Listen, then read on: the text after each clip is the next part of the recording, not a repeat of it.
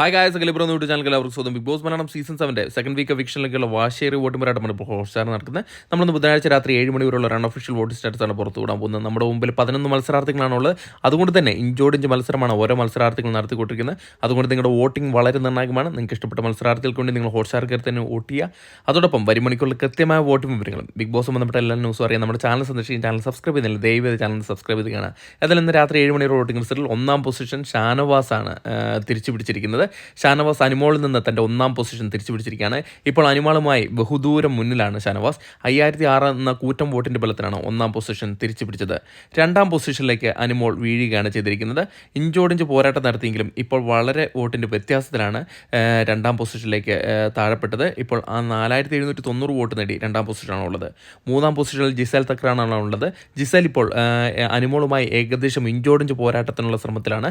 4236 എന്ന കൂറ്റൻ വോട്ടിൻ്റെ ബലത്തിലാണ് മൂന്നാം പൊസിഷൻ നിലനിർത്തിയിരിക്കുന്നത്. നാലാം പൊസിഷനിൽ ബിന്നി തന്നെ തുടർന്ന് കാഴ്ചയാണ് കാണുന്നത്.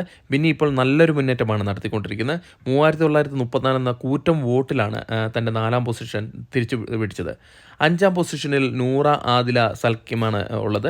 നൂറ ആദില ഇപ്പോൾ അട്ടിമറി മുന്നേറ്റം നടത്തി അഞ്ചാം പൊസിഷനിലേക്ക് വന്നിരിക്കുകയാണ്. 3789 ബലത്തിലാണ് അഞ്ചാം പൊസിഷൻ നിലനിർത്തിയിരിക്കുന്നത്. ആറാം പൊസിഷനിൽ ആര്യൻ ഖത്തറിയെ കയറി വന്നതാണ് എല്ലാവരെയും അത്ഭുതപ്പെടുത്തിയത്. അപ്പാനിശരത്തിനെ അട്ടിമറിച്ചുകൊണ്ടാണ് ആര്യൻ ഖത്തറി ആറാം പൊസിഷൻ തിരിച്ചു പിടിച്ചത്. 3700 ബലത്തിലാണ് ആര്യൻ ഖത്തറി ആറാം പൊസിഷൻ നിലനിർത്തിയത്. ഏഴാം പൊസിഷനിൽ അപ്പാനിശരത്ത് താഴെപ്പെടുകയാണ് ചെയ്തിരിക്കുന്നത്. നേരത്തെ ആറാം പൊസിഷനിലുണ്ടായിരുന്ന അപ്പാനിശരത്താണ് ഇഞ്ചോടിഞ്ച് പോരാട്ടത്തിൽ ചെറിയൊരു വോട്ടിൻ്റെ വ്യത്യാസത്തിൽ പിന്നിലേക്ക് വീണത്. 3689 വോട്ടിൻ്റെ ബലത്തിലാണ് ഏഴാം പൊസിഷനുള്ളത്.